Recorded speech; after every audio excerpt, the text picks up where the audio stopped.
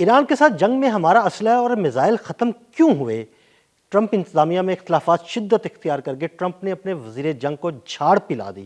اس سارے معاملے پر بات کرتے ہیں اظہر علی خان سے۔ اظہر بھائی، سننے میں آ رہا ہے کہ ٹرمپ انتظامیہ میں اس وقت شدید اختلافات چل رہے ہیں اور تمام اعلیٰ عہدیدار جو ہے نا وہ میزائلوں کی کمی اور اسلحے کی کمی کے معاملات کو ایک دوسرے پر ڈال رہے ہیں۔ بالکل ایسا ہی ہے۔ اصل میں کامیابی کے کو گلے لگانے والے 100 لوگ ہوتے ہیں اور ناکامی یتیم ہوتی ہے۔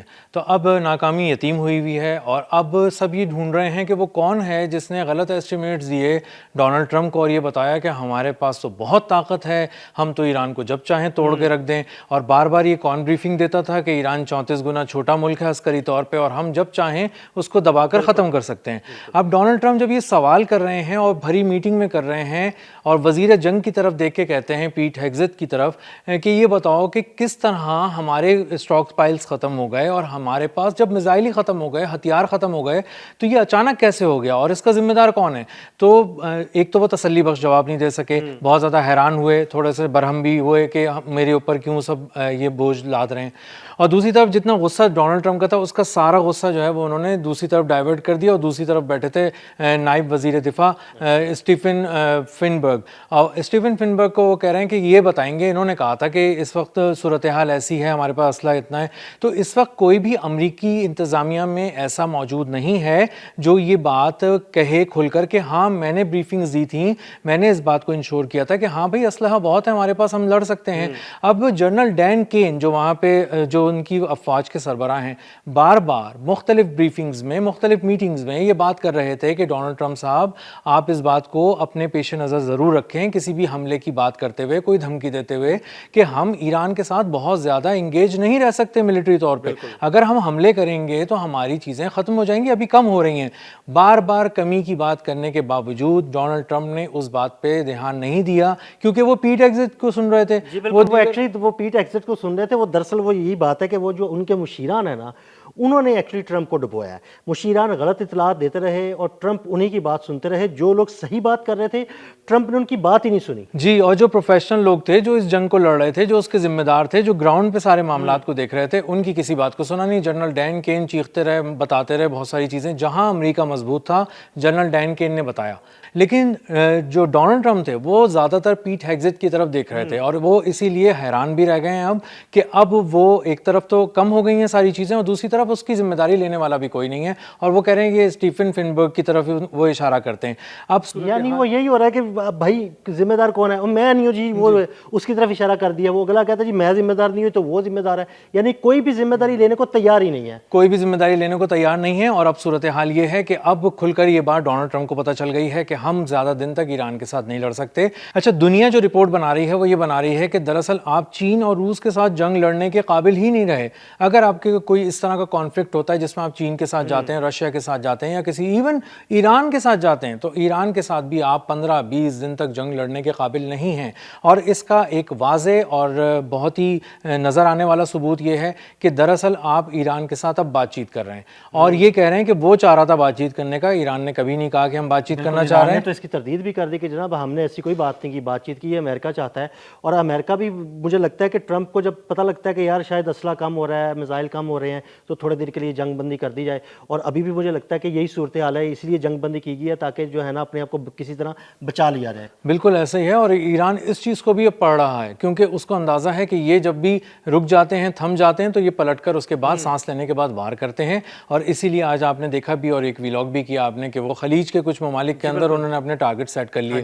تو اب صورتحال یہ ہے کہ پریسیجن اسٹرائک میزائلز جو ہیں، جو انتہائی مہنگے بھی تھے، وہ آپ نے بے دریغ خرچ کر دیے، اس کے اسٹاک پائلز ختم ہو گئے، پوری دنیا میں خبریں چھپ گئیں، پوری دنیا کی جو عالمی طاقتیں تھیں وہ یہ بات سمجھ گئیں، اب بچے کو پتہ ہے کہ آپ کی جیب میں کچھ نہیں ہے، اور آپ اتنے مجبور ہو گئے کہ آپ کبھی ٹروتھ سوشل پر آ کر بات کرتے ہیں، کبھی آپ کسی میٹنگ کے ذریعے، کبھی کسی بیان کے ذریعے یہ کہتے ہیں کہ ہمارے پاس بہت کچھ ہے، اور اگر تم نے کوئی ایسی بات کی تو میں مطلب اس کو بہت ہی سنگین قسم کی غداری سے انہوں نے اس کو تشبیہ دینے کی کوشش کی ہے۔ تو اصل میں بات یہ ہے کہ ڈونلڈ ٹرمپ بہت پریشان ہے، اس کی وجہ یہ ہے کہ جب وہ چلے تھے ساری مہم پہ ایران کے لیے تو بہت سارے لوگ ان کے ساتھ تھے، تھے, ان کے ساتھ نیتن بھی تھا, اس کی موساد بھی تھی, وہ بھی بریفنگ دیتی تھی, پینٹاگون بھی بات کر رہا تھا. تو غلط اطلاعات پہ انہوں نے یہ حملہ کیا اور پھنس گئے.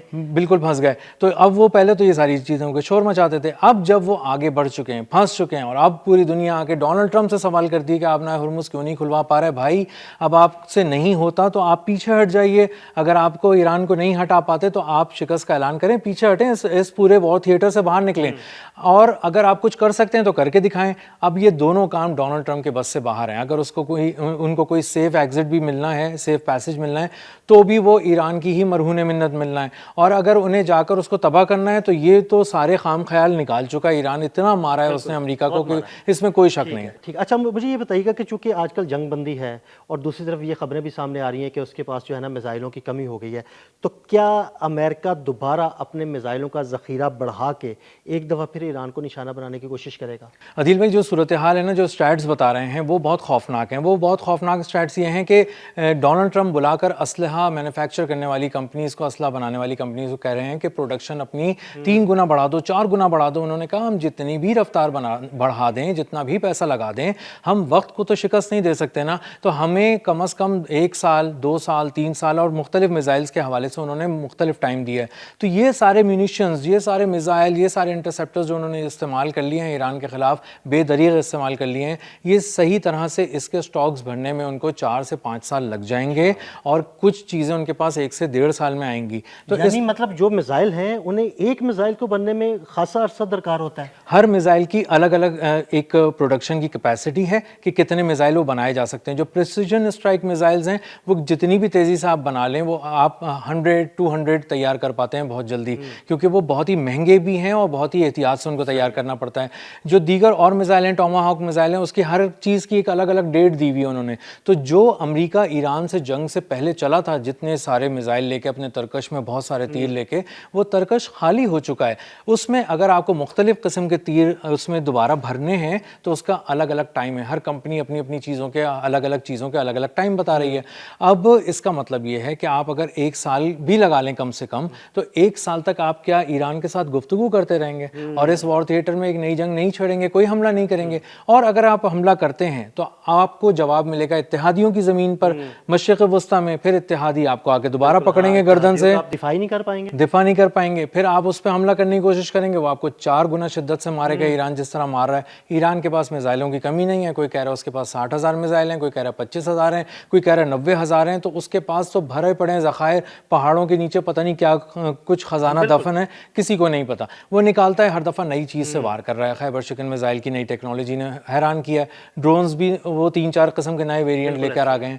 تو اس کا مطلب یہ ہے کہ ایران چاہے گا تو لمبی جنگ کر سکتا ہے, امریکہ اس سے لمبی جنگ نہیں کر سکتا. وہ اسٹاک پائلز کو بھرنے میں ابھی بہت ٹائم لگائے گا, اور اگر وہ اسٹاک پائلز نہیں بھرے تو آپ کیا آبنائے ہرمز کو کھلوانے کے لیے مذاکرات کرتے رہیں گے. تو امریکہ کو بہت جلد ڈیسائیڈ کرنا ہے. اور یہ چھوٹی سی غلطی, چھوٹی سی چیز جو اس نے نظر انداز کی ہتھیاروں کے حوالے سے ڈونلڈ ٹرمپ نے اور ان کی تمام کیبنٹ نے, اس چیز یہ ان کے گلے پڑ گئی ہے. اور یہ اب ان کو یہ بتائے گی کہ یہ ساری چیزیں, یہ جو صورتحال ہے یہ طے کرے گی کہ اب کتنی دیر امریکہ اس وار تھیٹر میں رہتا ہے اور اس کو گرم رکھنے کی کوشش کرتا ہے. اب یہ صرف بیانات سے گرم ہو سکتا ہے, یہ وار تھیٹر اب بارود سے گرم نہیں ہو سکتا. بہت شکریہ اظہر بھائی. اظہر بھائی نے بڑی تفصیل کے ساتھ اس سارے معاملے پر روشنی ڈالی. مزید اپڈیٹس کے لیے ہمیں فالو کرتے رہیں. عدیل احمد اور اظہر علی خان کو اجازت دیجیے گا. اللہ حافظ.